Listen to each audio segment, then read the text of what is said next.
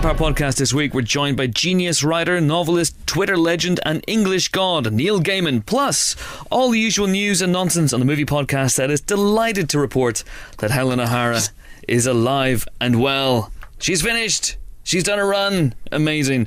Hello, pod. I'm Chris Hewitt. Welcome to the Empire Podcast, brought to you as ever by those mustard peeps at mustard.co.uk. If you want car insurance compared, these guys are the best on the market. Anyway, yes, Helen is alive. She absolutely is. She went off the grid for a little bit, but only because she was running up mountains and whatnot in Nepal. But she has finished. She will be back on the podcast next week to tell us the full story. Extraordinary stuff. You can still sponsor her on her Virgin Money page, so take a look at that. In the meantime, this week I'm joined by two colleagues of such lethal cunning. First up is our online editor, a man who would only run up a mountain if that mountain were made out of West Wing box sets. It's James Dyer. Hello. That's not true, is it? You actually have run up a mountain, haven't you? I'm climbing Scaffold Pike, actually. I say climbing, I'm walking up Scaffold Pike in a few weeks. What is Scaffold Pike? It's like a hill. Where is it? Not to? It's a mountain up north somewhere. You're going up north? Yeah, it's terrifying. I'm going beyond the wall. There be wildlings. I'm taking a go. I'm basically becoming first ranger of the Empire Office. It's in the Lake the District. shield and the sword in the darkness. Right? It's in the Lake District. It is, yes, it is. It's one of the scenic and bucolic parts of the country. Yes, I'm going to hike up it. Right. Actually, to be fair, I've hiked near Mount Doom. I did the Tongariro. That's what I was alluding to. Yes, I did the Tongariro crossing in New Zealand, where you walk. You don't go up Mount Doom. I don't think you're allowed to, because I think it's like in a protected reserve or something. But you could see it from where I walked, and so I like to pretend I was like a one-man fellowship. Yeah, it was pretty awesome. Did you approach anyone and say, "I can't carry it, but I can carry you"? That would have been probably put me on some kind of register if I'd done that. I don't think that would have been a good idea. But yeah, it was. Yes. I did not know the way. They had my axe, etc., etc. It was good. It was nice. There we go. You've already heard his voice, but the other colleague of such lethal cunning is, of course, our art house guru, a man who doesn't run up mountains, he drags boats across them. It's Phil DeSemblian. How are you? I'm very well, thanks. Yeah? Good? How are you? Yeah.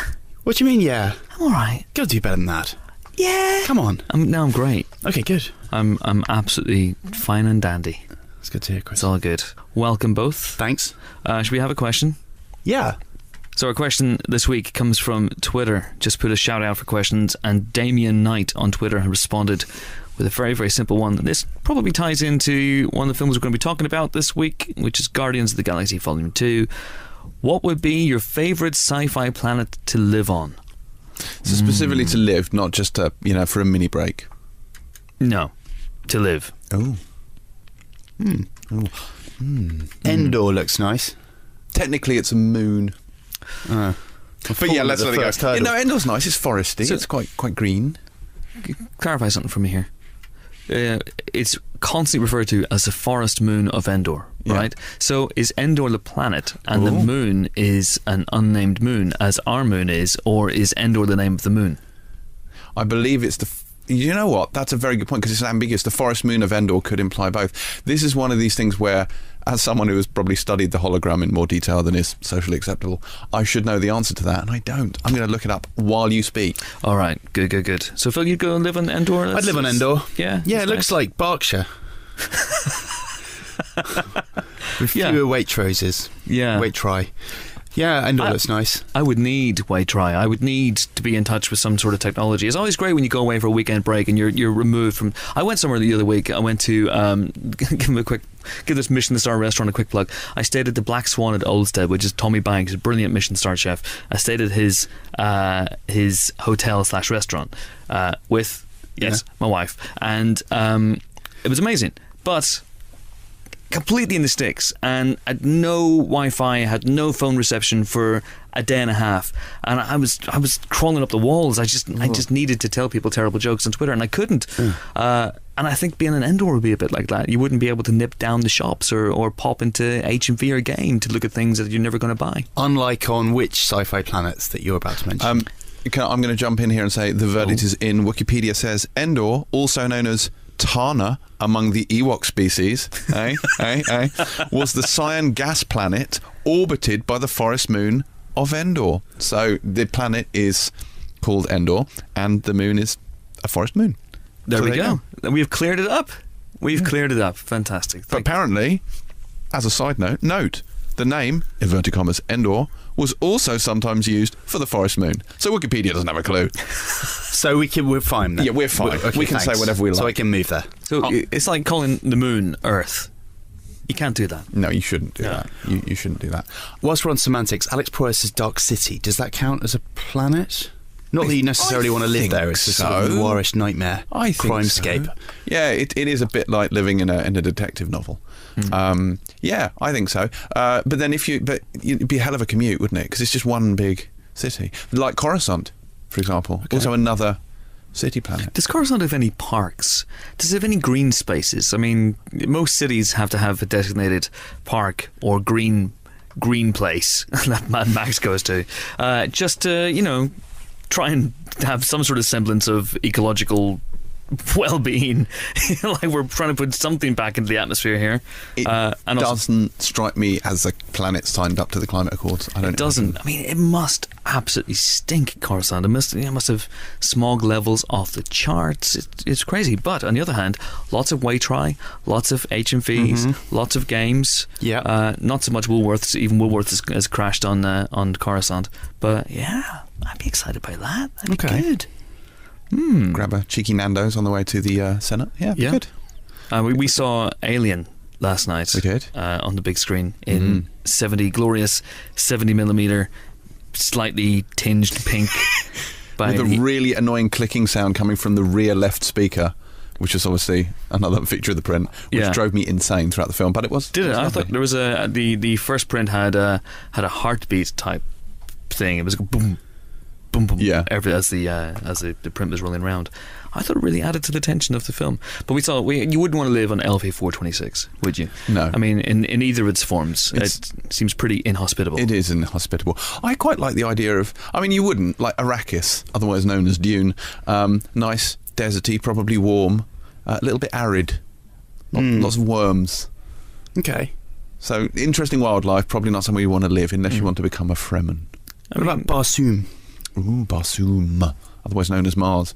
My Jeddak is rusty. Don't know if I want to live on Mars because I don't really fancy eating a bunch of spuds that I've grown in my own shit. Yeah, well, that's true. You could jump very high. Yeah, I could jump very high, but on the other hand, the diet would be a little bit one-dimensional. I mean, Not a big fan of that. No. But yeah, I just have to keep going back to Star Wars for this. I mean, there are some beautiful looking planets in Star Wars. Wouldn't want to live in Coruscant necessarily because as I do sometimes will need to go to a green place. But I would like Alderaan looks lovely. The few glimpses we get of it in the Star Wars the movies. Naboo. It gets a lot of crap, Yes, Naboo, Naboo is but nice. it's a lovely, lovely place. You can ride on the giant inflatable cows. We can, yeah. We can roll around in the fields and we can go and have some lovely conversations with the Gungans. This would be a good place to be. Sandar and Guardians looks like a nice place. It's technological, but also pretty sweet. Now, in Guardians 2, there's a prostitution planet. So depending on your proclivities, I guess it's the intergalactic Las Vegas. So that's a thing. Yeah, what's it called? I can't remember. Croaxia or something like that. Yeah, I've forgotten. I should have written this stuff down. Where did they end up in We Need Helen here? It's not the first time we've said that in the last few weeks, is it? Battlestar Galactica. What's the planet that they end up on? It's Earth, it's isn't called it? Earth. Oh, that's You'll right. be quite familiar with that. Spoiler. Yes, they end up on Earth. Yeah, it's that in the final episode of the entire series. Okay, so that doesn't count. No, probably not. Although, Even if if you we're travelled- going TV, I would say every single holiday anyone ever takes on Star Trek ends up on a planet called Risa, where there are lots of sort of alien pastry models leading you around the place. It seems it's a pleasure planet, and they all go there. Everyone. So that's a thing. Okay. Better than the penal asteroid of Rura Pente, unless you want to go skiing. So How you spelling penal? Any other Star Trek planets? Oh, well, Farpoint Station, which is the one from well, it's not a planet, it's a space station, but it's the one where anything you desire just materialises. So if you say, I really want that Game of Thrones Season 6 Steelbook, it would materialise on top of your Blu-ray player. You need to really ratchet up your your hopes and dreams. Because that's the one thing you'd go to this planet, you'd go, I want a Game of Thrones Steelbook. To be fair, it hasn't a Dolby Atmos sound mix. It's pretty good. Really? Yeah. Oh, okay. Is that a good jumping off point for people who haven't seen Game of Thrones? Yes, you should definitely watch it. Drop in Dolby Atmos, Game of Thrones. Yeah. What would you want? Available Phil, now. If you could go to Farpoint, you could have anything you wanted. Would you want Game of Thrones season 5? What do you want? A Fern Hearts Game of box Thrones set? season 7, surely. Oh, Ooh, yes. Yeah, set your sights high. Good. Then I could come and spoil it for you, James. Yes, you could. That's a good question. Could you have something that hasn't been made yet? Could you go to this planet and go, I want to see Avengers 4? And then it would appear. It would appear before you. Could you do that? Well, yes, because the alien life form that they have enslaved turns your mental wishes into physical things. But then it becomes my version of what Avengers 4 is rather than what Avengers 4 would be. Yeah. So it would be me. So it would as be Tony you Stark. as... Yeah, exactly that. Yeah. Exactly that. And your Game of Thrones season 7 would be you as Tony Stark. It's just the same thing. Yeah, it's just I've heard there's a Stark in Game of Thrones. That's Yeah, all I know. it's so Tony. I assume it's him. That'd be a cool place to go to. Well, Lost in Paradise and Fifth Element. Oh, That's yes. not necessarily a planet, but I really like that version of Earth. By the way, I know it's crowded and a bit Coruscant-y, but it's just something cool about that. Cooler than the Blade Runner version of Earth. But I would like to live. Honestly, I'd like to live in Naboo, and I'd like to have a conversation with Jar Jar Binks because he's much maligned. Is old Jar Jar. You go on safari there. Probably. Or on... Try and hunt him down. Yeah. It's like Predator, but with an inept person at the centre of it. That would be genius. That'd be amazing. I would pay to see this film. Go to Cybertron. That'd be fun. Can we have this conversation without me referencing the oceanic planet of Solaris? No, we can't. Apparently not. Go on. No. Go on. I'm not sure that's a place you necessarily want to spend a lot of time, would you? Where you're visited by manifestations of past tragedies on an almost daily basis. It's not Tahiti, but it looks nice from a distance. It's not. It looks nice. It's sort of, oceanic. Well, this kind of leads into a thing that Helen's, I think, talked about before, where she has a thing where all science fiction planets only have one ecosystem. You know, they're all one thing. It's either a desert planet or an ice planet. It can't just be a planet with variable weather. That's what I liked about Avatar. I think you get the sense of Avatar that planet. What the hell is it called? Pandora, thank you. We want to go there? Would you want to live on Pandora? Everything there is trying to kill you. It's the science fiction equivalent of Australia. This is true. I don't know if I want to live in Pandora, but it does. I mean, in that James Cameron, within that film, we'll be talking more about Avatar in a few minutes, you could clearly see that he was trying to show that there are different aspects to that planet. It's, because it's in London, you can go 5 minutes and suddenly the weather changes and everything changes and the landscape changes, and but Star Wars, I mean, George Lucas in particular, did set out to make, this is a desert planet, this is an ice planet, this is a water planet, this is a planet with the big mountains, this is a sinkhole planet, this is a planet where the hairy people live, this is a forest moon, and there wasn't much diversity. But I think that's fine. That's okay. Only, of course, this is the big city planet. I'm happy with that. Yeah. Do not all the planets revolve around a sun of some description? They do. Would that not affect their ecosystems? It probably would. We're getting technical in ways that we're not equipped to deal with. That few people other than Christopher Nolan really think it through to that level. Yeah. Probably not. It's true. Christopher Nolan does, though. Ceti Alpha 5. Yes. This is Ceti Alpha 5. Not a good place to be. Not really. Great earworms, though. Right. Okay, that's it. Thank you for your question, Damien Knight.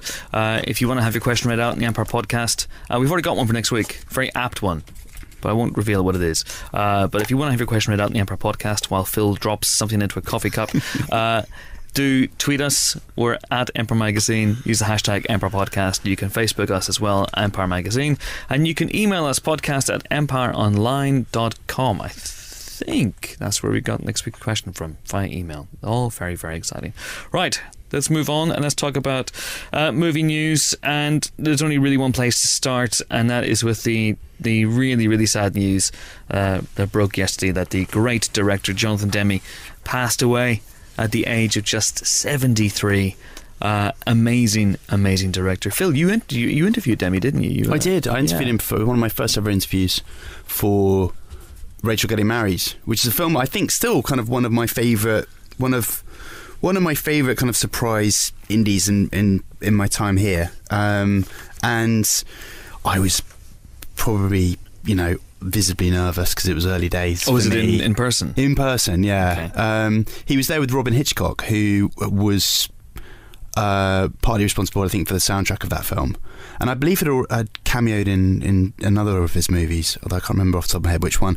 And Jonathan Demme was just a delight to meet and to talk to. I thought that film had, like, he'd had a sort of reasonably low profile going into that movie, and he was talking about doing documentaries. He'd obviously had that kind of rich tradition of music docs, and I think he was thinking about going back and doing something after that on maybe Bob Marley, if memory serves. But he was an absolute delight, and obviously conversation inevitably was always going to turn to Silence of the Lambs with him. I imagine he spent his whole kind of latter part of his career talking about that film. But I saw it again recently, and it's such a great film. It really does stand up. One of the kind of most memorable film going experiences in the, I don't know if it's still at the Odeon Marble Arch, queuing to see it, feeling trepidation. And he was just a really versatile and brilliant and probably underrated filmmaker. Cut his teeth with Roger Corman, like a lot of the greats, James Cameron and many others. And he was just really adaptable. He could do all kinds of things. Stop Making Sense, his Talking Heads concert doc, is probably still the high watermark in that kind of arena, as it were. Really brilliant work, and his kind of creative gelling with David Byrne from Talking Heads it was a form of alchemy. Married to the Mob, there was very little he couldn't do. And aside from that, if you look at all of the kind of tributes that have flown in, sort of come in on social media over the last 24 hours, there's a real affection for him as a man as well. Clearly, people really liked him. He was a warm, generous spirit. I could tell that in that sort of half an hour I had with him, that he was not a man that was kind of burdened with too much ego. He shrugged off wanting to talk too much about, Oscars and things like that he'd been through with Silence. But a lovely guy, and a real shame, because I think he had, felt like we've said this a few times recently, but I felt like he had more really impressive films in him. So for that reason, as well as all the others, it's really sad news. He did a fantastic interview with Empire's Ian Nathan, where he talked through pretty much all his major films, which ran in September 2015, and we put that up on the website yesterday if anyone wants to check it out. Yeah, fantastic director, and you were right, incredibly versatile, and his love of music, clearly such a huge part of his life. He would make music documentaries and concert films and work with all sorts of people. But I thought he was just a tremendous, one of those directors you can't pin down. You know what I mean? Like he just flits around from genre to genre and from subject matter to subject matter. Silence of the Lambs is obviously the big one. That's the one everyone's going to gravitate towards, and rightly so. It's brilliant. One of the only films to get the big five: Best Picture, Best Director, Best Actor, Best Actress, and Best Screenplay, of course. Is a great film. Notable, of course, for Tony Hopkins, Hannibal Lecter, and everything that came after that. But I really love Something Wild. Something Wild is fantastic. If you haven't seen Something Wild, it's a great blackly comedic thriller that takes a really nasty turn about halfway through when Ray Liotta. It's a lovely capricious rom-com with Jeff Daniels and Melanie Griffith, and then suddenly Ray Liotta turns up as this psycho hose beast X, and it turns nasty in a really interesting way, and it's a dark, fun, kinetic ride. And he could just, he was just a very interesting guy. It's interesting what happened to him after Silence of the Lambs, and he made Philadelphia, and obviously Tom Hanks won the Oscar, and that was a very, very important film as well. And it took 5 years to make Beloved, and then he did The Truth About Charlie, and I think that hurt his career a little bit, that ill-fated remake of Charade, or Charade, whatever way you want to say it. But it was interesting. He wasn't as prolific as you would want. You would want more Jonathan Demme movies from a very purely selfish viewpoint, but the ones he made were very interesting. And I imagine even if you went back and revisited The Truth About Charlie, there's probably more in there to gnaw upon than perhaps it was given credit for when it first came out. Do you think so? Maybe. I'm just guessing. It's like he seems like one of those directors who would be incapable of making an interesting film. Yes. You know what I mean? Even something, Ricky and the Flash seemed like which was his last film now, but it seems like a throwaway film, but there's stuff there to chew upon, and really fun performances and a really fun soundtrack, and I imagine The Truth About Charlie has something as well, but But it has to come down to the Grey films. The Grey films are something wild. Stop Making Sense, Silence of the Lambs, and Married to the Mob. I think is really, really cool as well. In Philadelphia, all good stuff.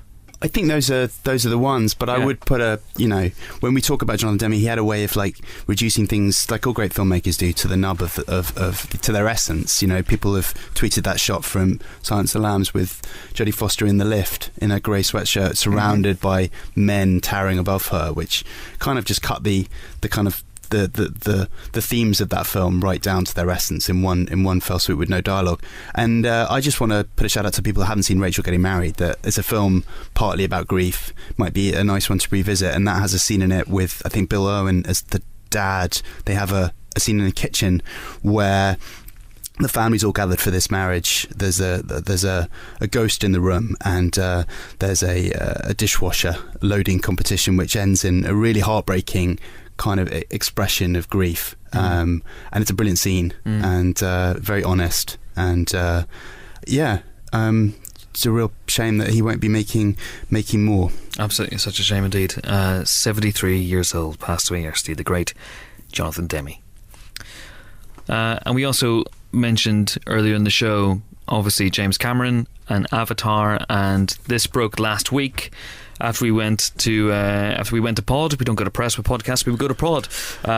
That the Avatar sequels are happening, and not only are they happening, they've been given release dates. December 18th, 2020 for Avatar 2. I'm sure these won't be the names. December 17th, 2021 for Avatar 3. Then there's a 3-year break. That's interesting, for films that are meant to be shot back to back. I imagine there's a lot of stuff that's going to go on in between those two. December 20th, 2024. And if you want to know where you're going to be on December 19th, 2025, 8.5 years hence, chances are you're going to be at the, will cinemas still exist in 8.5 years? You'll be having this film beamed into your skull. Yeah, that's where you're going to Is be. Avatar 5 being released on Netflix, as you said? It's amazing. It's amazing. It is funny. I think it's an odd thing to make these... I mean, look, they're placeholders, aren't they? It's not set in stone. But it's an odd thing to plan that far in advance when, I mean, frankly, looking at the news we make, none of us be here. But that's a very good point. It's, I don't know, look, I love everything that Cameron's ever done. I think he's an absolute genius, and he doesn't make bad movies, and he rarely makes bad decisions. So I'm not one to ever sort of throw shade in his direction. But an Avatar is obviously the most profitable film of all time, but it's profitable due to a very specific sort of conjunction of events. You know what I mean? It was a film that came out, it was him coming back, it was a very specific, multi-quadrant project, but it hit with the resurgence of 3D. I mean, it caused the resurgence of 3D, and I think that is responsible for the sort of breadth of its box office returns. Everyone saw this film, was like, you've got to see this in 3D. 3D is amazing. 3D is the most exciting new thing, even though it wasn't new. And now, obviously, everyone is over 3D. I think it's fairly safe to say. We'll watch it occasionally. It's not necessarily a bad thing. Some films that are shot in 3D look really good, but nobody's thinking that it's changing their lives. Your heart still sinks when you're handed a pair of 3D glasses. A little bit. And you think, it's going to be a dodgy conversion or whatnot. I can't see that particular bit of lightning. Phil is literally disrobing. No, you can. Sorry, you can continue talking whilst I'm thinking. It's very distracting. I can't see them sort of catching that particular bit of lightning in that same bottle again. From a financial point of view. But more than that, I mean, is there an appetite for an Avatar sequel? Yeah, sure. I think people want to see that. Is there an appetite for 4 Avatar sequels? Well, I don't know. Well, listen, I think we talked about this in the podcast probably ad nauseum over the last few years. You write off James Cameron at your peril. Absolutely. Is there an appetite for an Avatar sequel? Undoubtedly. But this is an Avatar sequel that would be hitting 11 years after the first one, and the blockbuster landscape has changed hugely in that time. When Avatar came out, there was only 2 Marvel movies that hadn't hit. Now you can't move without bumping into a superhero film, and we'll talk more about some of those that have been announced as well in a few seconds. You can't move without hitting a Star Wars film. You can't move without hitting a DC film. The Transformers is trying to do shared universes as well. The blockbuster landscape has changed almost unrecognisably, I'd say, over the last few years. Does Avatar now feel a little bit quaint? Is it fighting the battle for recognition again?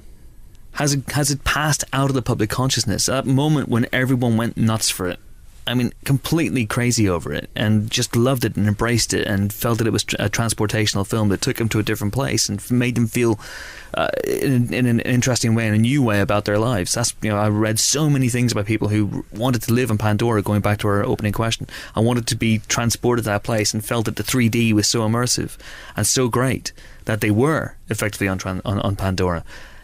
Can you hit that again? Can he hit it again? I mean, I wouldn't write him off because the man's a genius, and I'm sure these films would be great from a visual standpoint. Is there enough story to justify 4 films? I mean, he thinks there is. The number of films has swelled over the years. It was originally 2 sequels, then 3 sequels, and now it's 4 sequels. I'm fascinated to see where he goes with this, because there has been a huge Avatar backlash over the last few years, to the point now where I feel that it almost doesn't have any cultural currency. So I'm really intrigued. I wonder what it feels like to be one of the cast members of those films. Presumably your contract's got sequels in it, right? Mm-hmm. But I imagine they would have thought they would have made the next one by now. Yeah. I mean, how long do they need to be in New Zealand for?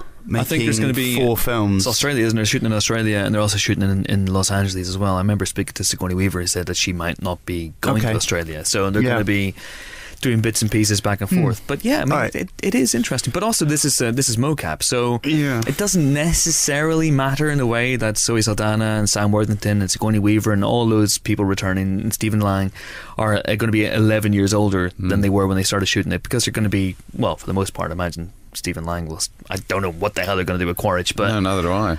They're going to be Na'vi. They're going to be, for the most part, mocap, right? There is an element where this has almost now moved into an entirely animated movie, hasn't it? Because how much live action can you have at this stage? Well, that's the thing. I mean, is it where they go? Is the story about, will we see Jake Sully as his human self again? I wouldn't think so. The last movie ended with him porting over permanently to a Na'vi body, but I wouldn't be surprised if there was some sort of jiggery-pokery going on that stuck him back in a human body at some point. It might not even be about them. It might be about passing the torch ultimately to new generations and whatnot.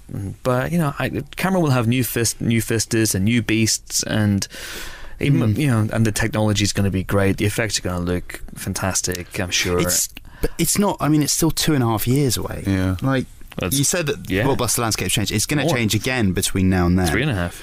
I just don't know how you can plan like this. You need. I know you see franchises kind of sort of vitalised after a period of time has passed, but more often than not, you need to maintain the momentum, and I just don't feel like there is any. So they'll be starting cold. But equally, the Avatar theme park is opening, which to a certain extent will give it slightly more cultural currency. You don't know. Maybe they'll plan other material, maybe TV stuff in the run-up to it. We don't know quite what their plans are. I think they will need some kind of awareness campaign to make this relevant again. Avatar Day. Yeah, well, exactly that. But then bear in mind, Avatar, they did no marketing for that film right up until release. They dropped so late. Well, the marketing for that film almost backfired. Do you remember people were writing it off and again? Yeah. Avatar Day was not a success. He was written off in Titanic. He was written off in this. Yeah. I think ultimately you look at it and he's making the films he wants to make. And again, going back to this idea, as cinema goers, we have purely selfish desires. Post True Lies 1994, if you had said to us that come 2024, which, hang on, let me just do my maths, oh Christ, that's 30 years from now. 30 years from now, James Cameron, one of the greatest directors on the planet, will have made just 6 more movies. And one of those will be about a boat, and the other 5 will be in space by people hugging trees. And he will take eons of time between those movies. I just sit there thinking about all the James Cameron films that we could have had. Yeah. In between, all the fun throwaway $300 million costing the things that he makes in a weekend, that sort of stuff. I just think about all those movies that Do you think? Let's take a look at what money on the table that there will be 5 Avatar movies. Yes, you really do. Well, they're making them back to back, so I mean, it's. Yeah, I think so. Will it be the biggest movie of all time again? I don't know. But I'm not going to sit here and say no, because I am. That's one way you could Well, I'm prepared to put my name to that. It won't. yeah. I see you. Yeah. I see your box office. We shall see. I don't know. We shall see. I think the fact they're making them back to back doesn't necessarily mean there's going to be 5 of them, because it doesn't work that way, does it? I mean, they can, it didn't work that way with The Hobbit. They can cut the story accordingly. That is true. It needs to. I think it needs. It's going to be expensive to market it regardless. So we shall see. Avatar 2, 3, 4, 5 maybe coming your way very, very soon. And in terms of release date stuff, also announced last week in the same sort of batch of Fox announcements, came news that the X-Men franchise is moving ahead. And so we have New Mutants coming out next year. That's going to be the first of 3 X-Men movies to hit next year. New Mutants, April 13th, 2018. That's going to be followed by Deadpool 2 on June 1st. And then Dark Phoenix, November 2nd, 2018. This is interesting. New Mutants has been in the pipeline for some time, from Josh Boone, the guy who directed The Fault in Our Stars, and the cast is, as we know, set to include Maisie Williams, Anya Taylor-Joy, possibly James McAvoy as Professor X, but maybe not, who knows. That's an intriguing one. Deadpool 2 we all know about. Josh Brolin and Ryan Reynolds run around looking at the camera. It's great, isn't it, when you do it now? You're doing a movie like that. It just means you can mess up as an actor and start looking at the camera and just pretend that you meant it. And then there's Dark Phoenix. Now, Dark Phoenix is the wild card here. Yeah. Because this is clearly the next proper X-Men movie about Jean Grey going kablooey. And this has been rumoured for a while, and the rumour is that Simon Kinberg, who of course co-wrote the last X-Men movie in which Jean Grey went kablooey, X-Men The Last Stand, he may write and direct this one. And he has said, he was on our podcast for X-Men Days of Future Past, and he did say that he feels he has something to atone for. But that's intriguing, don't you? Do you think? I mean, Apocalypse wasn't well received, wasn't a terribly good film. I love the X-Men movies. Apocalypse has shaken my faith somewhat. So I enter this with some trepidation, which I have never really had before. You mean the main X-Men movies? Because either side of Apocalypse, obviously, with Deadpool, which is very, very good. Yeah, absolutely. And Logan, which is also very good. And they share the world, but I don't see them in quite the same light. You know what I mean? I'm thinking from a pure X-Men point of view. But we'll see. Dark Phoenix is a really interesting story. Jean Grey's a great character, and Sophie Turner plays her very well. So. Isn't it too soon? She hasn't earned the right to be Dark Phoenix yet. Yeah. Yeah, there's an element of that. There is an element of that. But, let's see what they do with it. Yeah.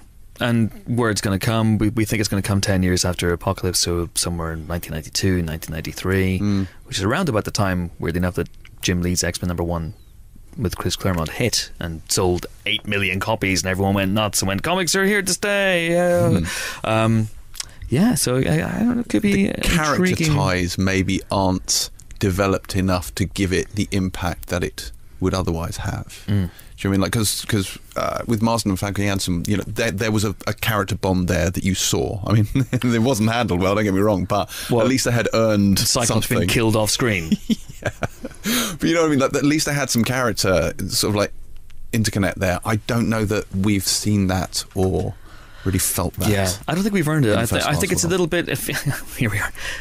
Every day it's Christmas Eve at Empire. But I feel that if they go Dark Phoenix in this film, it's a little bit like with Star Trek Into Darkness, where you didn't earn the emotion of Kirk's quote unquote air quote death. Yeah. And Spock going kablooey himself. He didn't earn that, and I feel that you need another movie with Scott and Jean at the forefront, because I don't know whether Jennifer Lawrence and Michael Fassbender and McAvoy and all this and Nick Holt are going to come back. You'd imagine for the most part probably not. So I think you just need another movie with these guys fighting something else. Phil, you're a massive X-Men fan. You love them. It feels like you're like I really like Logan. I conditioned you to just do that. Yeah. I love them. You push my button there, Chris. I love it. I've been swimming in raw sewage. I love it. I love them, Chris. Let me tell you how much I love this franchise. What's your favourite X-Men movie? Blue Man Group. No, I like X2. Yeah. Okay, I'm going to tell you the ones I like. Go on. Okay. X2. Yeah. Don't like X3. Okay. Yeah. Good. It's not a film, is it? No, it is a film. It's a real film. It's a Last real film. Stand. Yeah. All right, Last Stand is You're not a in good safe film. ground. Yep. Okay. I like Days of Future Past. It's good. Yeah. It is good. I didn't like I thought the Armageddon one was dreadful. What was that? Apocalypse. Yeah. Of course, listeners, I know what these films are called. I'm just playing the fool. No, It's his mutant Apocalypse was really bad. First Class, I could pretty much take or leave. Okay. And I thought Logan was terrific. That was my favourite by miles. There you go. But I didn't feel like it was quite the same as the others. That's great. I haven't seen I've seen Wolverine, the one where he goes to Tokyo. I thought that The was Wolverine. pretty ordinary. And the one that everybody really hates. You haven't seen that one? I haven't seen that because Okay. everyone really hated it. Have you seen the first X-Men movie? Yeah. Yeah. It's okay. Yeah. It's decent. Fine. But Yeah. but 2's better. Deadpool? Where do you stand at Deadpool? I really liked Deadpool. No, hang on. I really liked Deadpool when it was Ryan Reynolds doing Deadpool. I thought when they started to do Colossus and all of that nonsense, I wasn't so keen. Join us next week when Phil will be going through the Marvel Cinematic Universe. Go on, we can start if you like. No, we can't. We'll just 15 For the of Dark them. World. There's 15 of them. What's going on there?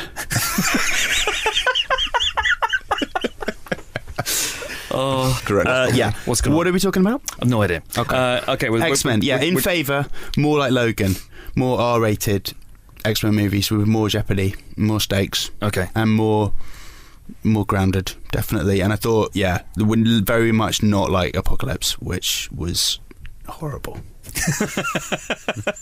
Am I wrong? Am I wrong? You're not wrong. Yeah, you're not wrong. Okay, so speaking of James McAvoy and things he may or may not be connected to, here's one we know he is connected to. Maybe I should have rephrased that differently because that's going to be a spoiler. And this is interesting. Okay, so if you don't want to know anything about Split and a potential movie coming up that is connected to it, and you haven't seen Split, because this has caused a little bit of a kickback. Not kickback, that's the wrong word. A little bit of a blowback on Twitter. Kickback. A little bit of a bribe on Twitter. Cover your ears now for the next 3 or 4 minutes because we'll be talking about this. Okay, you gone? Ears covered? Right. Okay, so yesterday, M. Night Shyamalan announced with a flurry of tweets his next project. His next project is called Glass, and it's coming out in 2019, January 2019, around the world, and it is a movie that is making me smile just thinking about it. It is a sequel to Unbreakable. It is a sequel to Split, and it will star Bruce Willis as David Dunn, the hero of Unbreakable, Sam Jackson as Mr. Glass, the villain of Unbreakable, James McAvoy as everybody he played in Split, principally Kevin Wendell Crumb, the bad guy from Split, and Anya Taylor-Joy, also returning from Split. You've just ruined Split for me, which I haven't seen. Have you not? Have you not? No, I haven't. Genuinely? I missed the screening and I've never When I got told around people to it. cover their ears in case they didn't Well, I didn't see what I could do. Like, I haven't hide seen it under the either. table. My ears You've are ruined it covered. for both of us. With headphones. I haven't ruined anything. You've had 3 months to see this film. 3 months. I know. Okay? The fault is mine. But this is an interesting thing because people are angry about this announcement. I know some people who are a little bit annoyed because they wanted to see Split and they were waiting for the DVD and Blu-ray to come out, I think, next month. Yeah. And now they're saying, what's the point? Well, the point is you're missing an incredibly fun performance from James McAvoy if you don't. And in my opinion, it's Shyamalan's best movie in years. It's flawed as hell, don't get me wrong, but there's a lot of fun. I think. But they're not saying that they don't want to watch it. They're saying that Some they of just them- didn't want to know that No, it's... some of them are saying they don't want to watch it now. But some they people, don't some watch it people- now. Some people are angry with M. Night Shyamalan for announcing that he's making a sequel to Split, which tells people that James McAvoy and Anya Taylor-Joy survived that film because they think it might deprive their first time viewing of some tension, and they're Yes, also a little no, bit I see angry that. knowing that Yeah. there's a link to He Unbreakable. doesn't have like the Master of Suspense's knack at promoting things. To see, let's be honest. I mean, you can't ruin the film before the DVDs come out. That has to be a rule of thumb for any Does it? director. Surely yes, it does. A little bit. Yes, it Yeah. really does. I'm yes, not saying no. I'm not saying spoilers of the 5-second rule. It's not like No, not like that. it but really come does. on. No, I'm sorry, but a director shouldn't do that. Not because- everyone does And you don't need to castings, do it either. I mean, he's sending some... I mean, I really like him. He's a cool guy, and I'm glad he's doing well again after some stinkers, but I mean, come on. I'm gonna- His tweet about, I'm writing a script so terrifying, I've had to step away from it. Like, what is going? Is that a film about an reanimated sort of devil script? No, this is true. I know several writers who've done this. Several writers, Really? Yeah. Shane Black once told me he was writing a horror script that was so scary that he had to write it during the day in the light because otherwise he was freaking himself out so much. I know other writers who've had that experience as well. As a writer, you have to write stuff that either makes you laugh, moves you, or scares you. I'm absolutely right. I've written features that reading them back. Yeah, I mean, terrify most of them are right. I have to step away from, but for different reasons. I will defend Yeah. to the Sorry. to the slight wounding. Yeah, I M. wouldn't Night put that on Shyamalan. Twitter. I really wouldn't put it on Twitter. A director's right to announce his next movie 3 months after the previous movie has come out. I will say that my irritation at having Split ruined for me pales in comparison to the sheer joy at knowing there will be a sequel to Unbreakable, which is by far and away the best film he's ever made. Precisely. There we go, Mr. Glass Half Empty. Who knew it would be James? hey. It would They call me Mr. Glass. How full. It's Unbreakable is a fantastic film. People have been asking about a sequel to it for ages. It did pretty well at the box office. It didn't do well critically at the time. I think there's been a massive reappraisal of Unbreakable. I think it's as close to a masterpiece as you're going to get in the Shyamalan and I think and I think it's absolutely fantastic. It's a top-tier superhero movie. It is a top-tier superhero movie as well, with interesting things to say about comic books and superheroism and mythology and all that sort of stuff. It's a great film, and Bruce Willis and Sam Jackson are great in it, and I'm really intrigued to see how these characters and these worlds marry. You have David Dunn, indestructible, impervious to... He's like... He just reminds me of that scene from Naked Gun. Impervious to everything but water. It's true. Yeah. He's like, he has the same weakness as the aliens in Science. Yeah. You just throw glass Throw of him in water a in pool. his face, and he's in trouble. You have Sam Jackson as the mastermind with the obviously the brittle bones, and then James McAvoy. But he becomes at the end of Split is very interesting as well. So you go and see Split. Go and see it. It's a lot of fun. It's not out anymore, Chris. It's just insensitive. You're just compounding things. I'm looking forward to seeing it. I like James, I think, we're keen to see the film, even now you've ruined it. And I'm excited about this news. I'm just saying that you can announce a film without necessarily letting your excitement about how clever you are What would you recommend he do? I just say announce the film, and then at a later date, when people have had a chance He to should see have it, announced it as a sequel to Unbreakable and left the fact that it was Well, connected to that. Split. But then Yes. everyone who'd seen Split would be going, okay, so is James McAvoy going to be in it? Because that's pretty heavily hinted at the end of the last one. And he neither confirms nor denies until a point down the line when marketing prescribes that he does. okay. Colin Firth is in Kingsman 2. Yes, He is. Yes, he is. As we know from the trailer. Trailer broke this week. Yes. That's all I had to say about it. That's literally all I had to say on the matter. Yes, he is. He was dead, but he got better. He did. And lost an eye.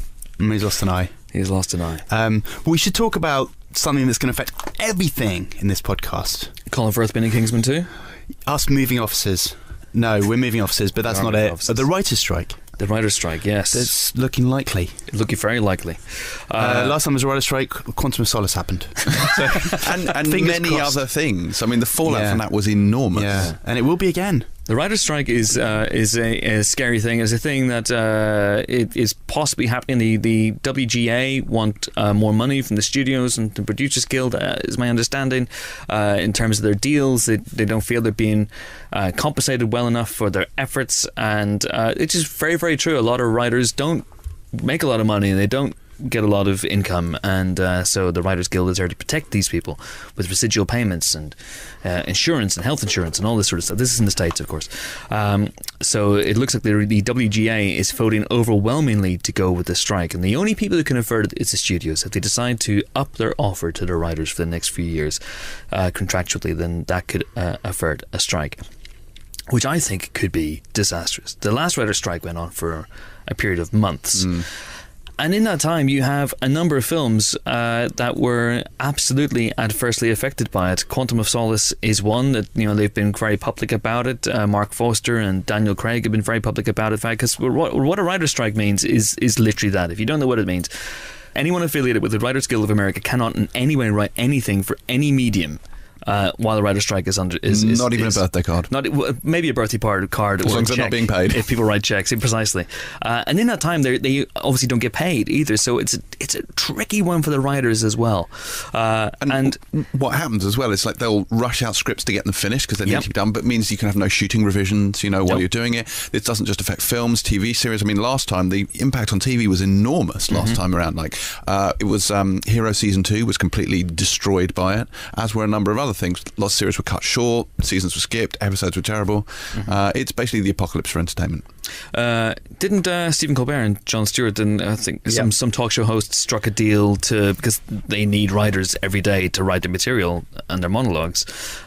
Some of them didn't, I guess, but it's certainly interesting, and it led to a situation, for example, on the first Star Trek 2009. I read an old interview with Kurtzman and Orsi last week, where they were saying that they were producers on Star Trek and they would come into scenes on set and they weren't entirely 100% there, and as writers normally they would go, all right, okay, fixed, but they couldn't, and so they had to, as producers, kind of go, well, there's nothing we can do about this, and just hope that the actors would somehow come up with the goods themselves. Can they not call an audible? What? Well, if you're not actually writing, could you not say, maybe reword that, say do like a charades thing? So first word sounds like... But that's the thing, I don't think they can. I don't think they can even go, well, I mean, if I were to be writing this scene, which of course I'm not legally and contractually, I would probably have Kirk say something like this, wouldn't you, Chris Pine? It was Chris Pine's idea to say that line.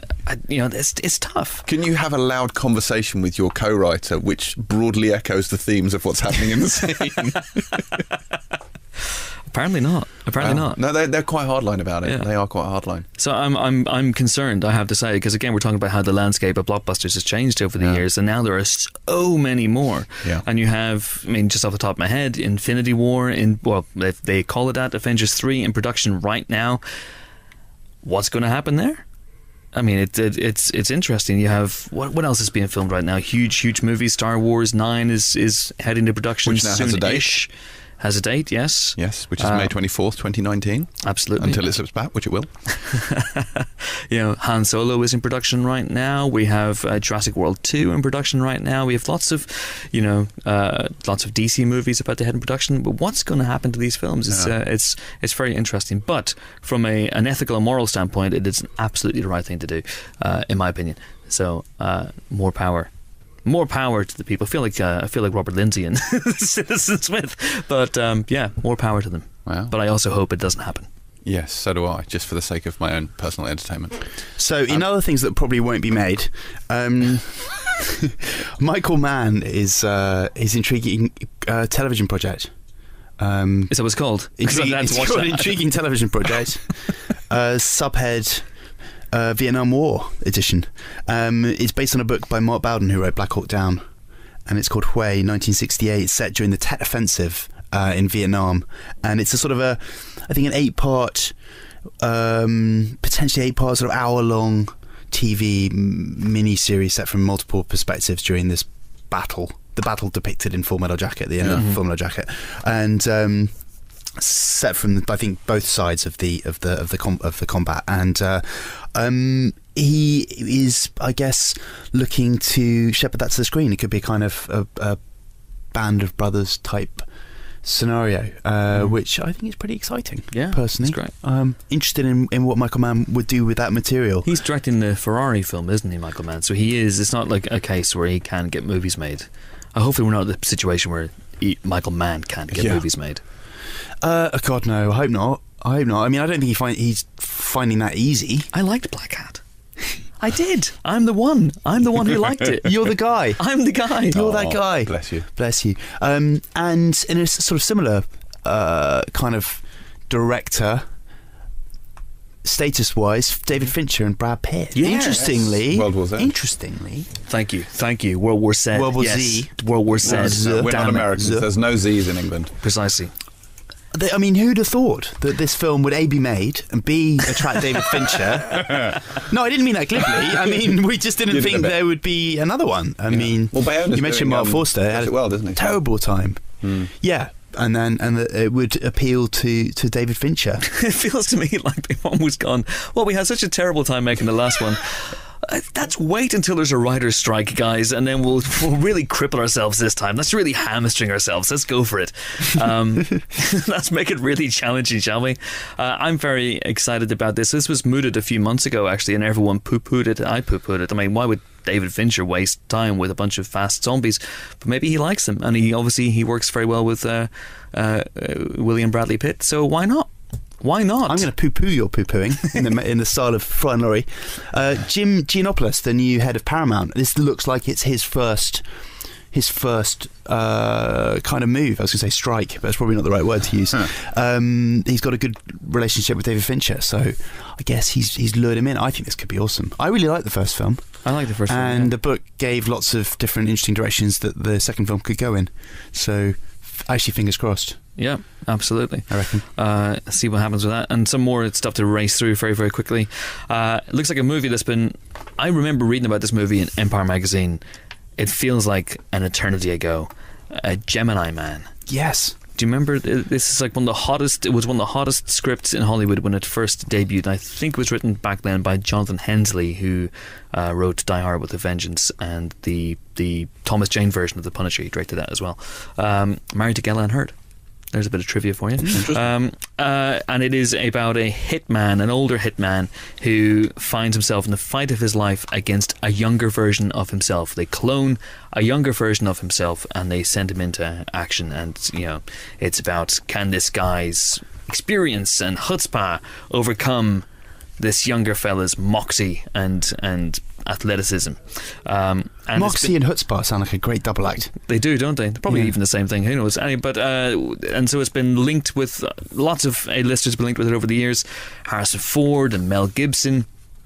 Back in the days when Mel Gibson was an A-lister, and it's never quite got to the starting line because they weren't sure about the technology. But as anyone who's been to see a Marvel movie recently, if you're going to see Guardians of the Galaxy Volume 2, it's not a spoiler to say it begins with a really freakishly accurate younger Kurt Russell in the opening scene. We see a circa 1980 Kurt Russell, and it is, I mean, it's like they went back in time. It's pretty terrifying. And shot him. So the technology is there now that you could do this, and Will Smith is the person who is circling this to play both roles. Yeah, which he may or may not take if he decides potentially. To.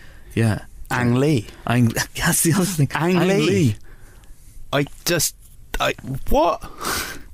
I mean, that's a strange... Well, Jonathan Demme is a director you can't pin down. No, you can't pin down Ang Lee. No, you can't. You can't. He won't let you. I tried just the end of last year.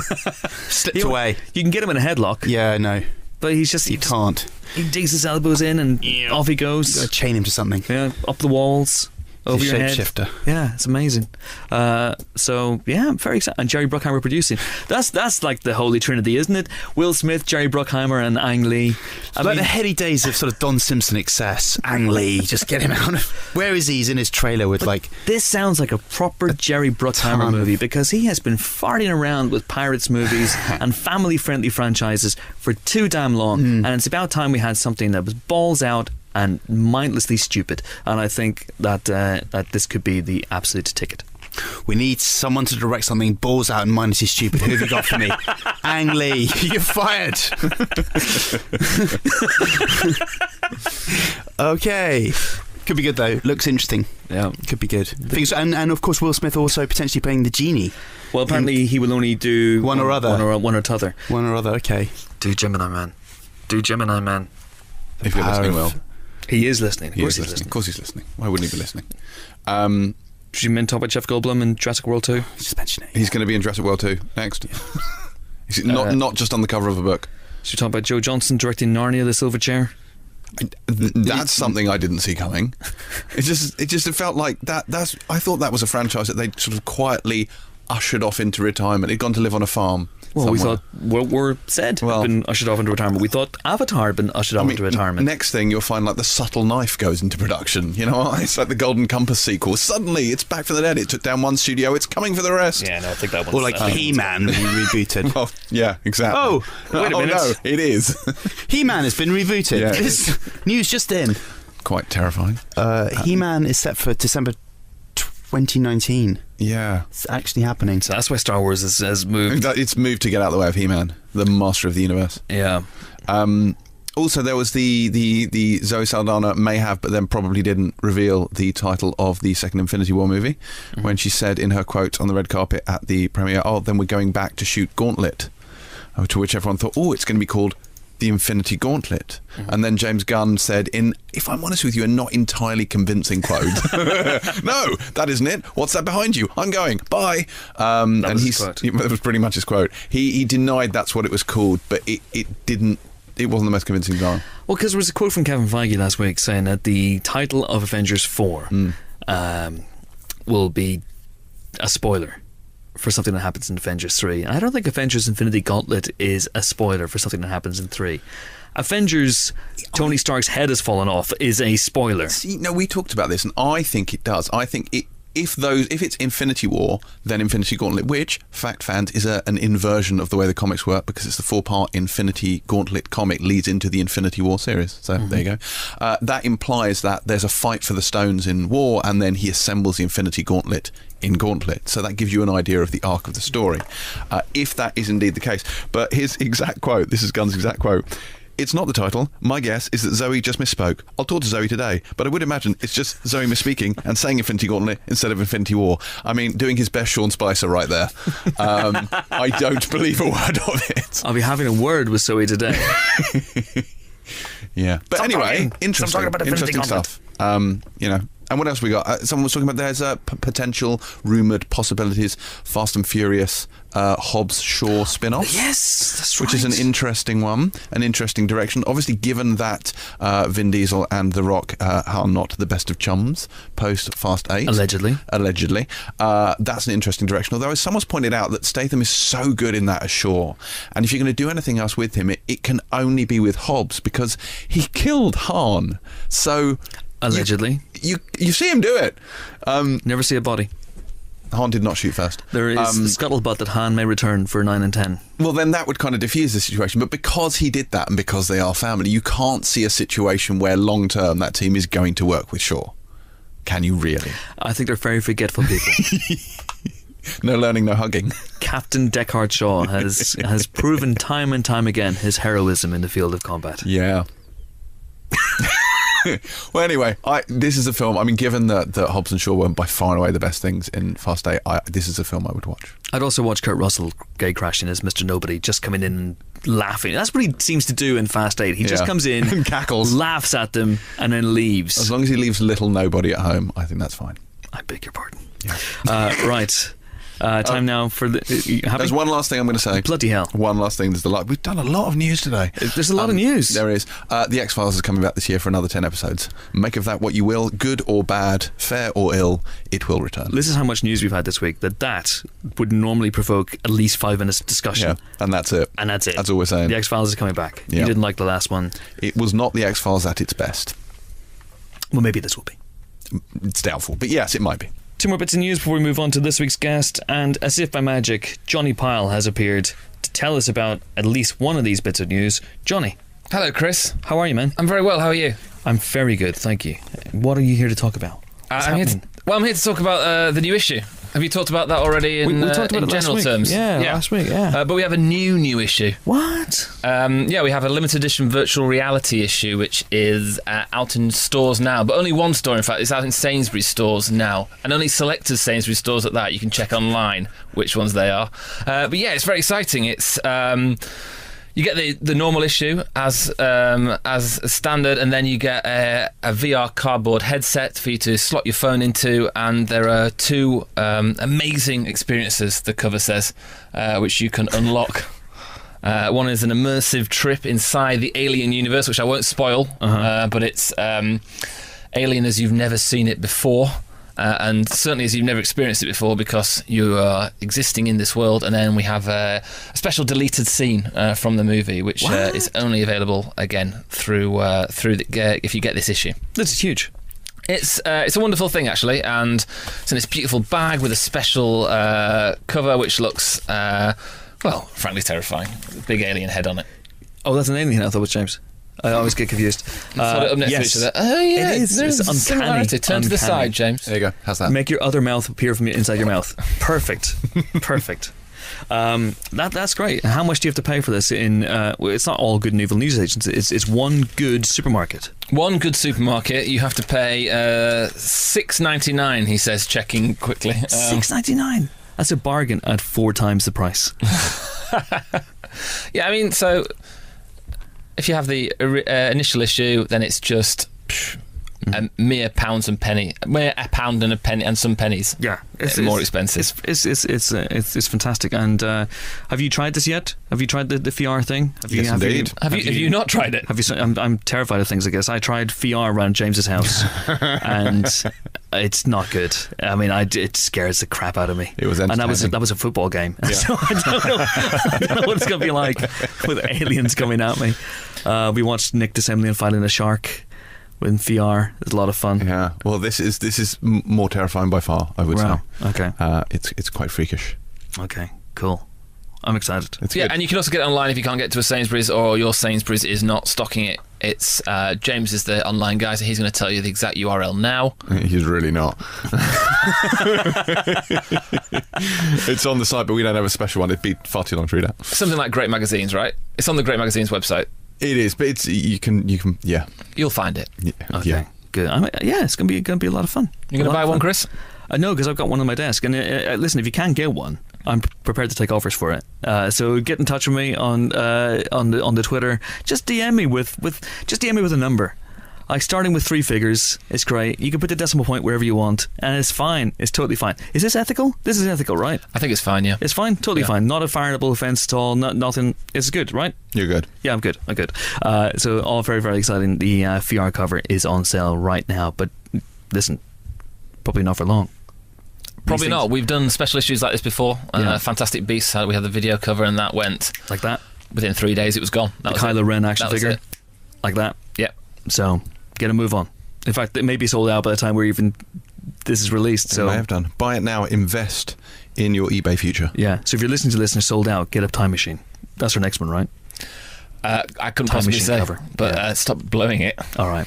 And there's something else to talk about, isn't there? Jimbo. Yes, there is.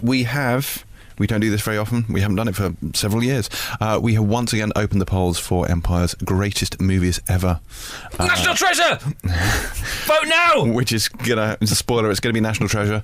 But on the slight chance that it isn't, the polls are now open. We are searching for you to cast your votes for the greatest films of all time. We want your top 10 films. They will be lovingly curated by our team National of Treasure. minions. So National Treasure, National Treasure 2. And then they have to go to make the other 8 Yeah. in the next month. Yeah. It is, you can find it at empireonline.com/movies. Oh, he has that URL. Of course he does. /movies. His news story has the URL for. Sorry, give me that URL again. That was really. It's not the most. It was quite inelegant. It doesn't roll off the tongue. It's empireonline.com/movies/features/best-movies, or just go to the website and click on the features channel and you'll find it. Is that a / or a / or what is it? Is it a Philly boots. Yeah, okay. All right. Very, very exciting. Yeah. Yeah. Do not vote for Transformers this time, people. No. Okay. If you want to vote for Nuns on the Run, you shouldn't feel you have to, but I encourage it. What's your number one? What are you Always aliens. Always aliens. What are you voting for, Johnny? National Treasure, love aside. I've cast my votes for Field of Dreams. Stand By Me. Because I'm going to vote tactically, because I know that people will vote for the Star Wars of this world, so they don't need my help. But Field of Dreams does. It always gets overlooked in polls like this. It should be always higher than it is. Wherever it ends up, it should be one higher, at least. Fair enough.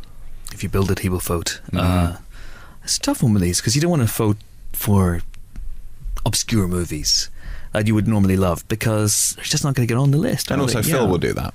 Yeah, this is true. The Tree of Wooden Clogs making another appearance. It's a very tactical thing. It's very tactical. Yeah, you gotta think about this stuff. It's all very, very exciting. So look out for a future issue of Empire as well, where we'll be discussing the results of the poll. Indeed. And maybe, who knows, a future podcast. Can we say one thing as well? Yeah. Can we say that Godfather and Godfather 2 are 2 separate films? Yes, actually, that is a very good point. Please don't vote for the Star Wars series or Lord of the Rings. Lord of the Rings is not a film. Well, actually it is, but it's an animated film from many, many years ago. individual installments. Godfather Part 1, Two Towers, Return of the Jedi, individual films, please. Otherwise, your vote will be null and void. Okay, there you go. I think we got it. Thank you very much indeed, Johnny. Oh, you're very welcome. That was a lot of fun. Time now for this week's guest. He is a genius writer behind the likes of comic books like Sandman and novels like Anansi Boys and Good Omens, and of course American Gods, which is now a major TV series which starts this Sunday on Amazon Prime. It is the legendary Neil Gaiman, Neil himself. And before Helen O'Hara ran up a big hill in Nepal, we sent her to have a nice chat with the man himself. Enjoy. Welcome to the Empire Podcast, Neil Gaiman. Thank you so much for inviting me. You're very welcome indeed. So, American Gods coming up. This has been in development for a very long time. Were there times when you thought it might not get to this point? You know, I have this remarkably sort of sanguine attitude to adaptations, which is normally they will happen at the right time. And things like the Coraline movie, where I sold the rights to, Henry Selick to do a Coraline book before the book was, a year before it was published. Wow. And it quietly took 10 years until the Coraline movie came out. Wow. It teaches you patience, but also there was that point where it came out at the right time, and it was the right film, and it couldn't have been that film if it had been made earlier. Yeah. With American Gods.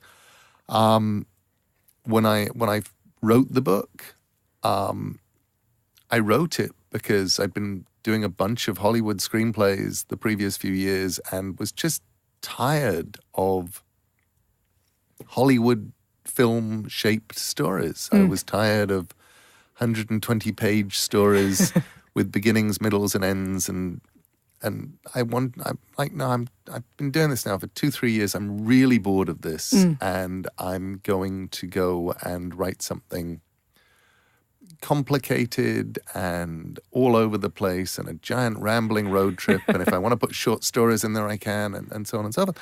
And did that, and then learned very rapidly that meant that it was unfilmable, because I would get famous directors phoning up and saying, I want to make it into a film. I just have no idea how. And I'm like, listen, if I'd known how, I wouldn't have written that book. The whole point of the book was it wasn't a film. So from my perspective, American Gods was not something that I thought was ever filmable. And it hadn't really even occurred to me that it could be television.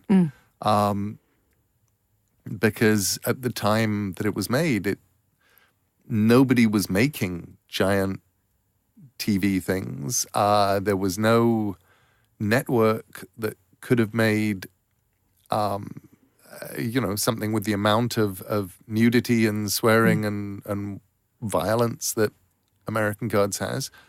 And all of them, I like to think, completely justified, even the swearing. But they were an integral part of what I was doing. There's weird sex in there. There's all sorts of cool shit. And then things started changing. And I was just fascinated by watching the way that things were starting to change. And there was a very interesting year when the people from Fremantle and I went around talking to some of the various entities that were doing television. And things were changing, and you could tell that things were changing. And finally we went, Stars seems like a really good place to do it in America. And then we were all overjoyed once it started existing, when Amazon Prime Video just swept in and said, we will take the rest of the world. You do not have to go out and sell it territory by territory. We will take it. And it's like, oh, okay. And hooray for that, frankly, because it makes it much easier for us to watch here. But I mean, what were the biggest surprises once you got going? Because it seems to me that, Brian Fuller, I mean, obviously Hannibal is one of the most stylish, weird, brilliant, surprising shows on TV. And it feels like some of that flavour is probably right for American Gods. Obviously, not all of it, but there's Well, a little bit what of I that. love is that, Brian has done a lot of things. And I don't actually look at Hannibal and see a lot of Hannibal flavor in Right. American Gods. Hannibal it's very much its own thing. It's kind of cold. Yeah.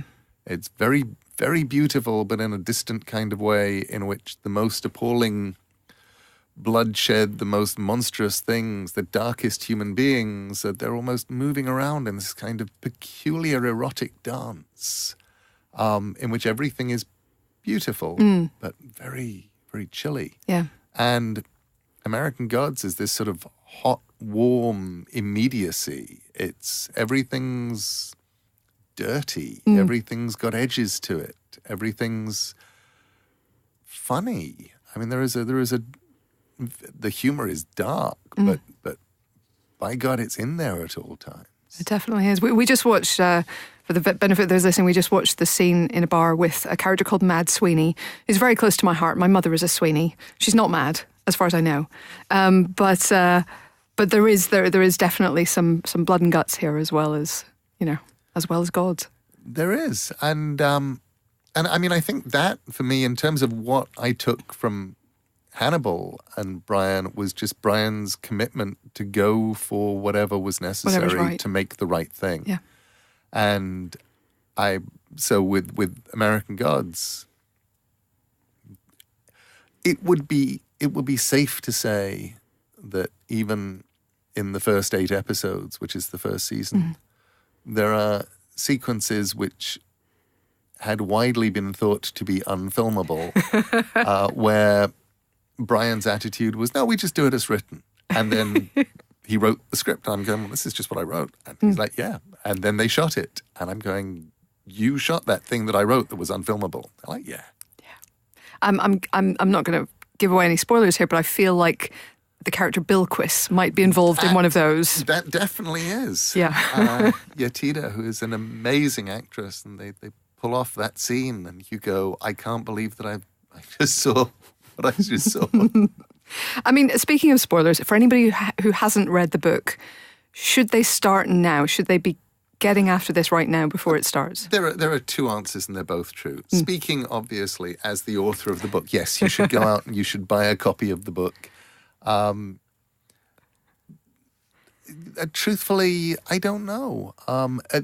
We've tried to craft it in a way where if you are somebody who loves the book, you will enjoy this journey because lots of the things that you love are going to come along. But we're also planning to surprise you. Yeah.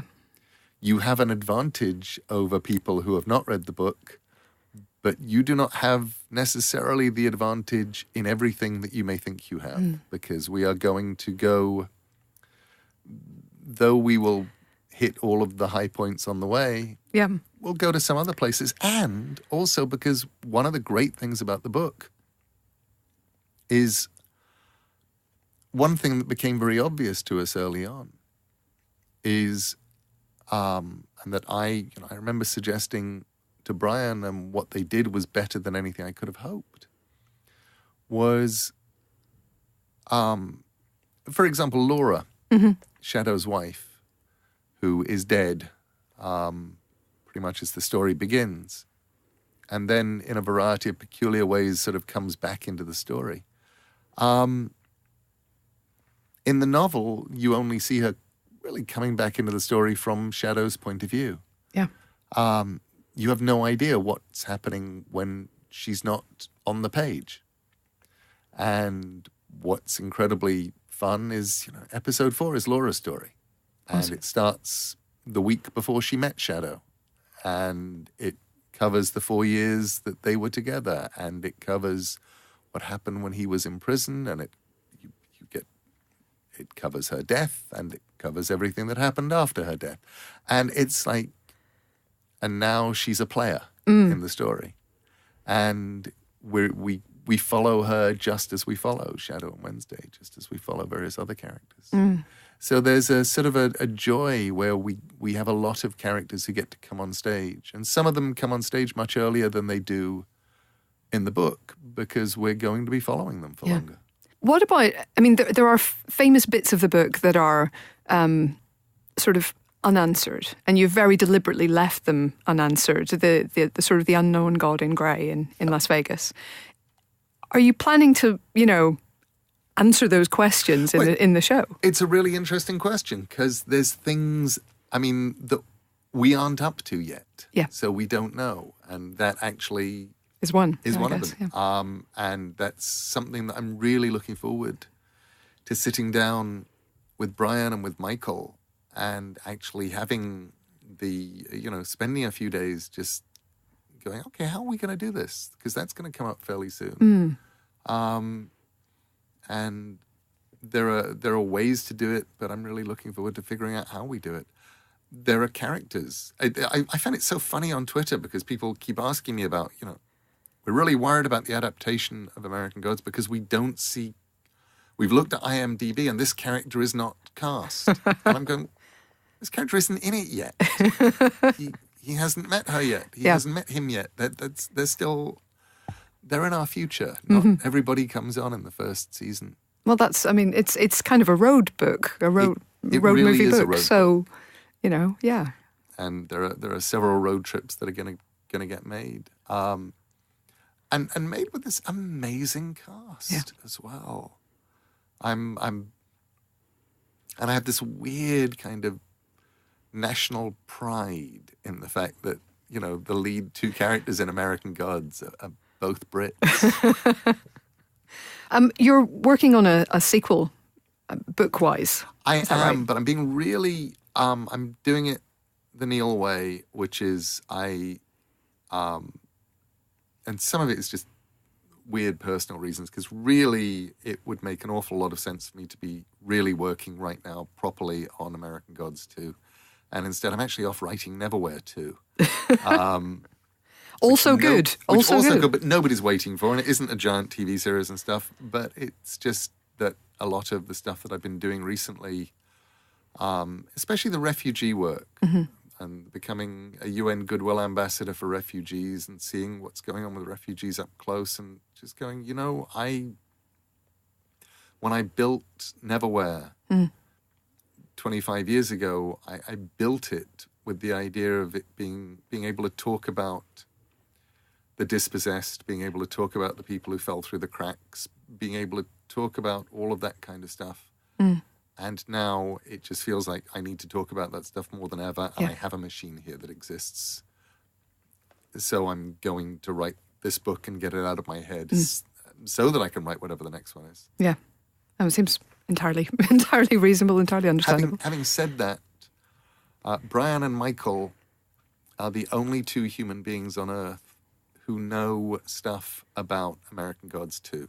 Right. And they had to know stuff because there are lines of offhanded dialogue in American Gods 1, in American Gods, that are built, that I wrote to mean different things and to echo and to make people go, oh my God, he knew what he was doing. When I got to to the second book, which then I promptly never got around to writing. So there are. I had to say to them, okay, this is the overall plot. This is where it's going. This is going to become important. This character, who is very minor, is going to become very important. And this thing that character says is, so I need, you can't cut that out just because it doesn't look important. You can't lose that line of dialogue just because it looks like it's a little grace note. Yeah. Just leave it for me because we're going to need that in season 5. It's good that you're thinking ahead, though. That's really good. Well, listen, Neil Gaiman, thank you very, very much. Oh, thank you. So that was Neil Gaiman, and that's segue seamlessly into this week's movies, which is dominated, of course, this week by Guardians of the Galaxy Fall.2. I think that's the name of the film. So, they're back. The Guardians are back. They certainly are. Little hairy man, tree bloke, all of them. Yeah. Tell us about this. They are back. This is indeed Guardians of the Galaxy Volume 2. Oh, Volume 2. Volume 2. Volume 2. It was Vol. It's 2. like. Well, yes, it is technically, isn't it? And this reunites us with the crack team of Interstellar Commandos while they are on a mission to what? Interstellar I'm Commandos? calling them Interstellar Commandos. They have guns. They're interstellar. It's fine. I guess they are a bit like the A-Team. Yeah, They're a little bit mercenaries. Like guns for hire. Yeah, okay. Guardians for hire. They are on a mission to protect some light bulbs from aliens at the beginning of the film.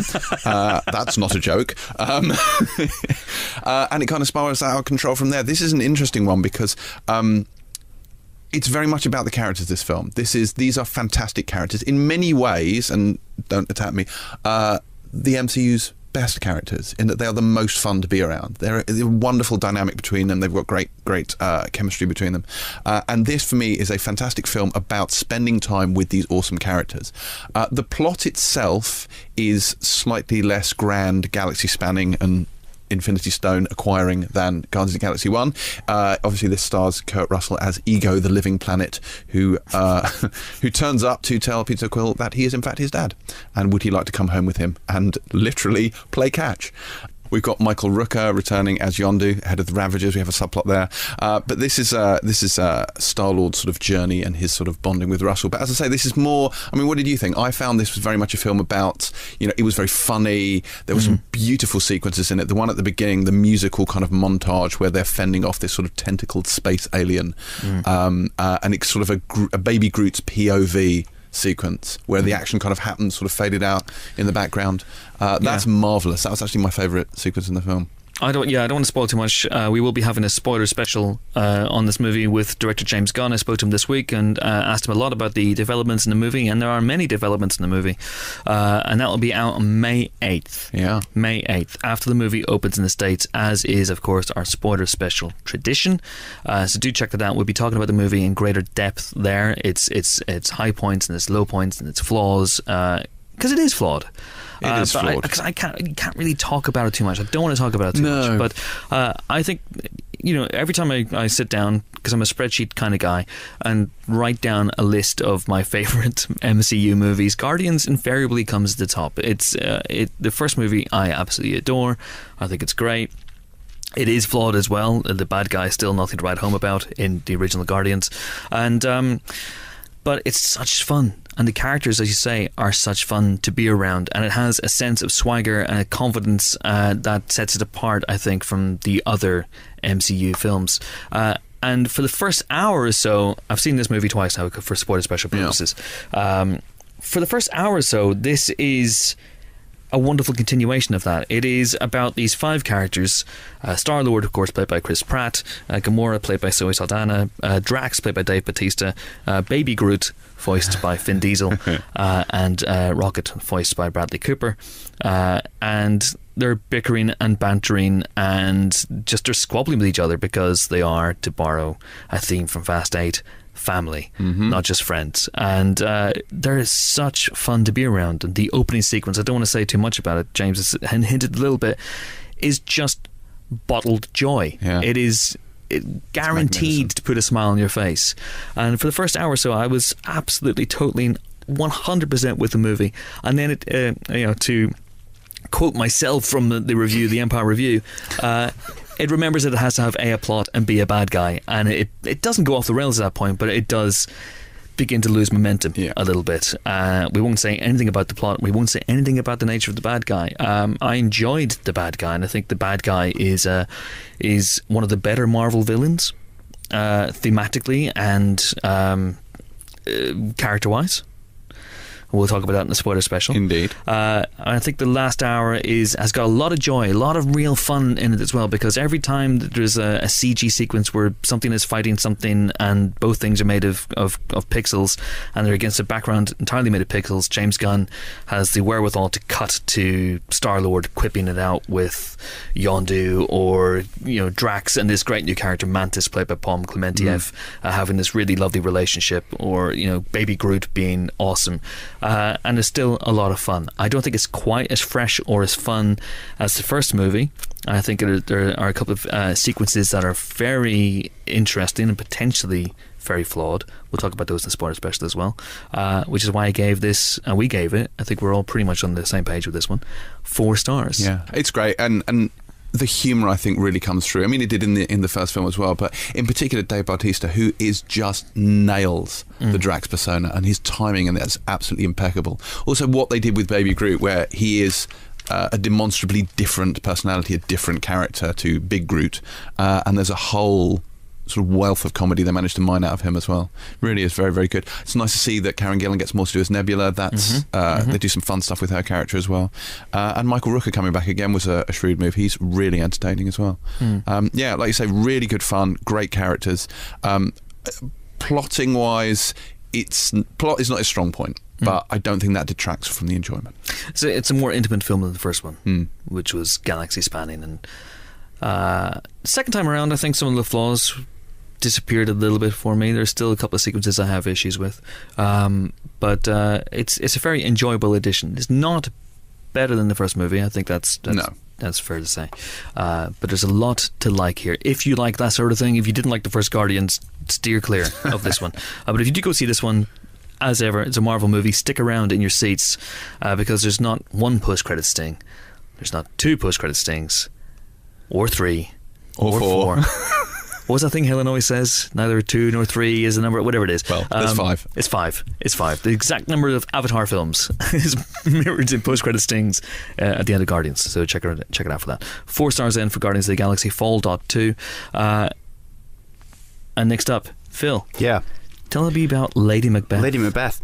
Well, you've used the word joy a lot, and there is very little joy in this movie, but that's not to detract from it in any way, because it's a really powerful piece of work. Despite the title, people probably know by now that it doesn't have any direct link at all with the famous Cawdorian Moorbotherer of Shakespeare. It's actually based on a novel by a Russian man, Nikolai Leshkov, from 1865, called The Lady Macbeth of the Mtsensk District. And it's the story of, it's transposed to Northumberland. 1865 remains the year of the setting, and it stars Florence Pugh as a young woman, sort of barely out of her teens, who's thrown in one of the worst sort of buy one get one free offers of all time from her point of view, an arranged marriage with a colliery owner, played by Paul Hilton, craggy, older and uncaring, and basically kind of confined to a life of neglect and misery in this drafty Northumberland castle home, where there's no joy, but she isn't taking any of this lying down. Florence Pugh is someone that you may have spotted in Carol Morley's film The Falling, playing opposite Maisie Williams, where she showed some of her talents in that, and she's really mesmerising in this film. We featured her in the magazine as our kind of introducing talent last month, and she is a real breakout turn in this. She absolutely holds the screen. It's quite an austere film in a lot of ways. The director will be overshadowed because all the props will go to Pugh, but William Oldroyd, this is his feature debut, and our review likens it to Andrea Arnold's Wuthering Heights. It's a similar kind of thing. It's quite a modern sensibility to a classic period setting, and there's all kinds of difficult, dark moments and turns and twists in this film. It's not a plotty film, and yet it takes you in weird directions, and I don't want to say too much more about it. It's a really powerful film. It isn't joyful in the way Guardians is, but as a piece of sort of kind of non-classical, surprising period drama, with a real breakout turn. It's well worth a watch. We've given it 4 stars, and as I say, Florence Pugh is really, she's only 19 years old, but she's really really talented, and puts in a super powerful kind of performance in this one. So 4 stars and a very big recommendation for Lady Macbeth. Super powerful. Super powerful. Super powerful. I was going reasonably articulately. That's not a word either. And then suddenly super powerful happened. Yeah. I was racking my mind for better adjectives. Is she? I couldn't think of one. But she's not a superhero, right? She's not revealed to be a superhero, no.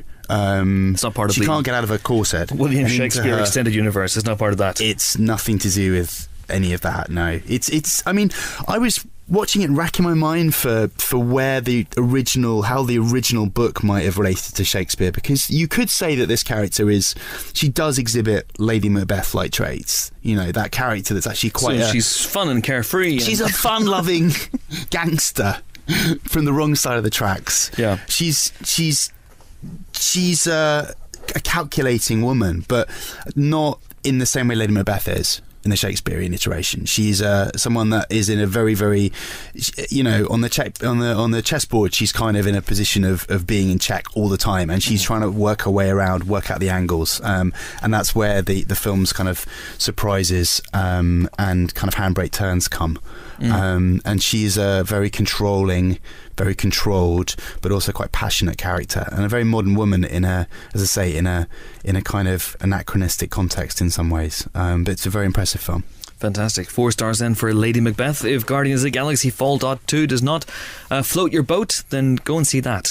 Super awesome. Also out this week we have The Promise, which is an epic about the last days of the Ottoman Empire. It's a love triangle between Oscar Isaac, Christian Bale and Charlotte Le Bon, directed by Terry George. Heavy going stuff again, but we liked it enough to give it 3 stars, which, as we always say in the podcast, is a recommendation. And out for one day only this weekend. If you haven't seen Mad Max Fury Road, George Miller's action, I've got to say it, masterpiece, and you want to check it out, you got a chance to do so this Sunday. But there's a twist. It's in black and white. The black and chrome version of Fury Road is being released for one day only in cinemas across the country this weekend. I have seen the black and white version, and it's a very interesting take on the original film, which is obviously full of colour and visually stunning. And this really makes it feel more like the silent movie that I think Miller would have made it. And he said this is, to his mind, the definitive version of the film, because didn't he want to do it in black and white originally? No. He didn't. No, not so I've really. just made that up. No, yes and no. But he I think he's always wanted to make the Mad Max films since Mad Max 2. He saw a version of Mad Max 2 when it was being scored by Brian May. He saw a black and white version on a monitor, and he thought it looked amazing. And if he had his druthers, if he could get away with it and release a $150 million movie in black and white, then I think he would do it. But he was always planning to make it in colour. But then Warner Brothers said, "Hey, why don't you make it a black and white?" And he went, "Oh yeah, very nice, I will. Thank you very much." So if you don't already have it on Blu-ray and don't have access to the colour control on your television, go to the cinema. I don't think they did. I don't think it was quite, "Shall we just turn down the knobs in this one?" I think they've treated the image with as much care as they did with the last one. Just barely a frame of Fury Road that is manipulated in some way. So it's very intriguing. Go out and see it on the big screen, because we gave Fury Road 5 stars last time around. I'll be very intrigued to see whether people feel that the black and white version is 5 stars as well. Feels like a different film at times. And that's it for this week's Empire Podcast in association with mustard.co.uk. Join us next week for more film-related fun. We will be joined by the creators and stars of Mindhorn, Julian Barrett and Simon Farnaby. It's going to be a lot of fun. Looking forward to that. Until then, it is goodbye from James. Goodbye. It's goodbye from Phil. Goodbye. And it's goodbye from me. I am off to vote in the 100 greatest movies of all time poll on empireonline.com. And you should too. Thanks a lot. See you next week.